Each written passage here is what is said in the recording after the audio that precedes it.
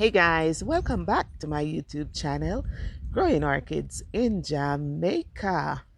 If you are new to my channel, please subscribe so you see just how I grow orchids in Jamaica. Let me just say thank you guys for those persons who supported me during my live last week. We had so much fun. And we had a giveaway to our Caribbean people in St. Vincent and the Grenadines who are now really going through some trying time with the eruption of that volcano. I just want you to know that we have you in our prayers. Just stay strong and keep safe.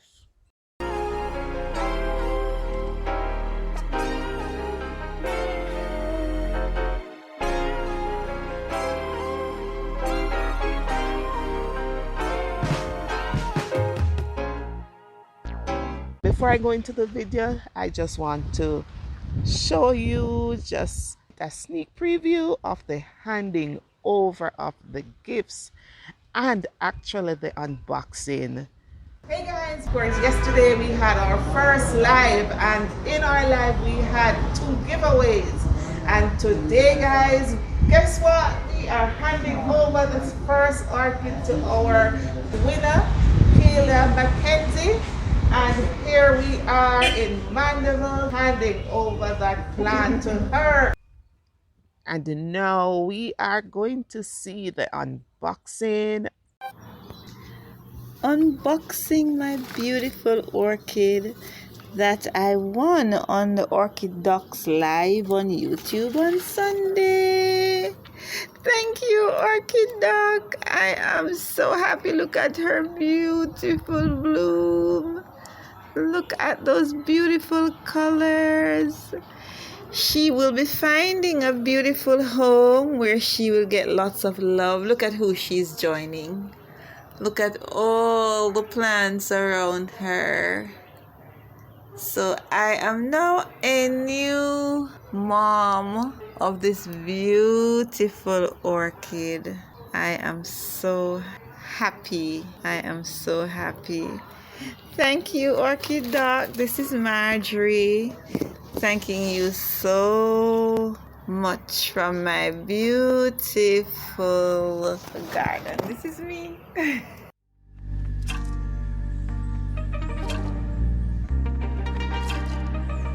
No, this one, I actually purchased this one already established on this mount. However, it was not blooming, and I actually now got it to bloom, and guys, it is just so beautiful and I am just loving it. Just look at the roots all along the mounted piece of driftwood. Isn't that gorgeous? And look at the shape of the driftwood. That is also stunning.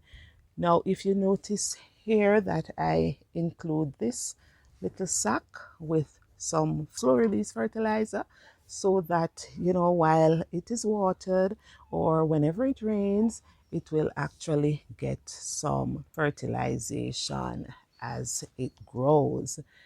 And I don't have the ID for it, but it is just such a stunning plant, a rustic color, kind of orangey tangerine with spots, and it is just really, really beautiful. And to know that it is doing so well mounted for me, because usually my mounted plants don't do particularly well, but I have decided to try mounting them again, and I realize that they are doing much better, and perhaps they are doing better because I am giving them some more attention. So I'm watering them more frequently and I'm fertilizing them more frequently. So I realize that they are doing much better for me.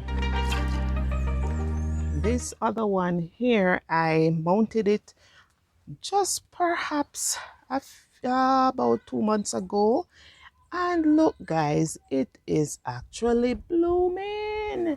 It's an Oncidium. I was doing a repot and I had this little bit left over, and I decided that I was gonna just put a few pieces of them on this plant that I have here, and look at them. They are just sending out roots all over, and this one at the top here actually started blooming for me, and it is just so beautiful. So I can't wait for it to actually get into a bigger plant where it cascades or fill up most of this and just start doing its thing. Now look at it, how beautiful it is. So you can just imagine what this is going to look like when it really becomes established.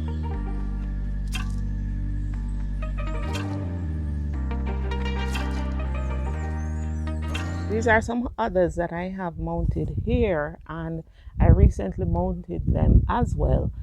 The same time that I mounted those Oncidium, I mounted these on another one of these small trees. And if you look right here, you realize this is actually now sending out new roots, new shoot, everything. And this was just a little piece that I had left over that I decided to mount here. This is another mounted one that I have on my palm, which I mounted a few months ago as well. This is a Catletonia, and if you notice right here, it is spiking, and just look at the roots, how well they hug the palm tree. And I'm trying the same thing with a Phalaenopsis orchid. Right, so it's a Catletonia, and I did this perhaps a year now, and it has become established and is now about to bloom for me for the first time. And I just can't wait, guys, to see this opened, and just look how awesome that is. And this is the most recent one that I actually placed on the palm tree here. It's a Phalaenopsis orchid, and initially snails were eating it, and I had to treat it. It lost one of its leaves, but now it has sent out a new one, and it is rooting quite nicely. And so I can't wait for it to start blooming as well. So this would have been my first Phalaenopsis orchid that I have mounted on the palm tree, and I'm so looking forward to the bloom, guys. So this is another mounting concept that I have tried.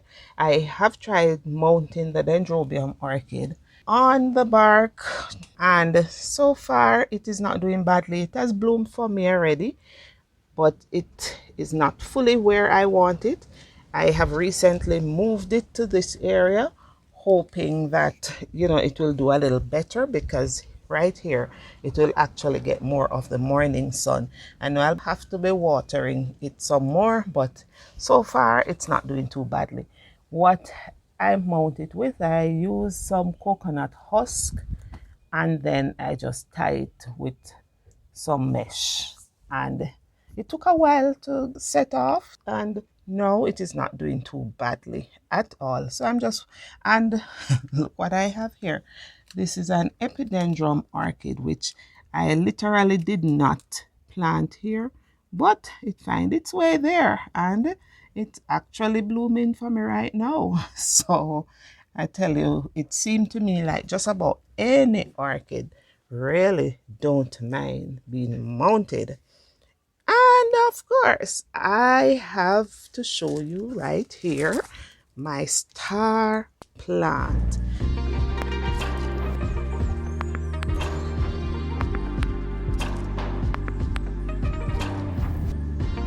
This is an Oncidium plant that I have here in my large three-legged pot, and it has been mounted a little while now.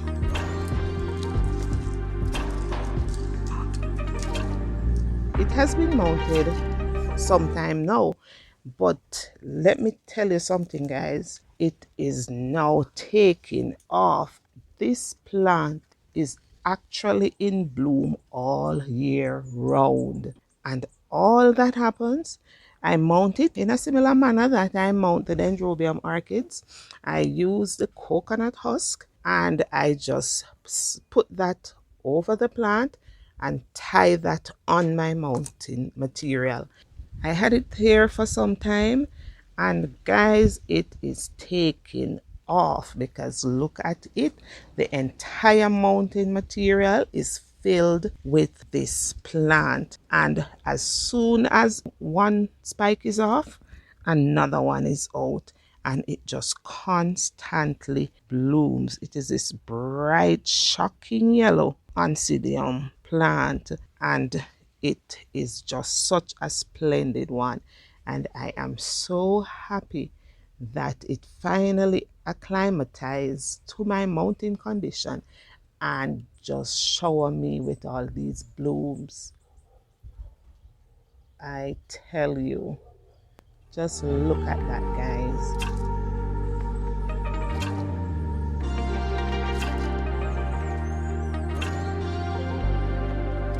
With this, what will happen once the plant becomes really established, we'll take off the whatever it is that we used to tie it onto the mounting material.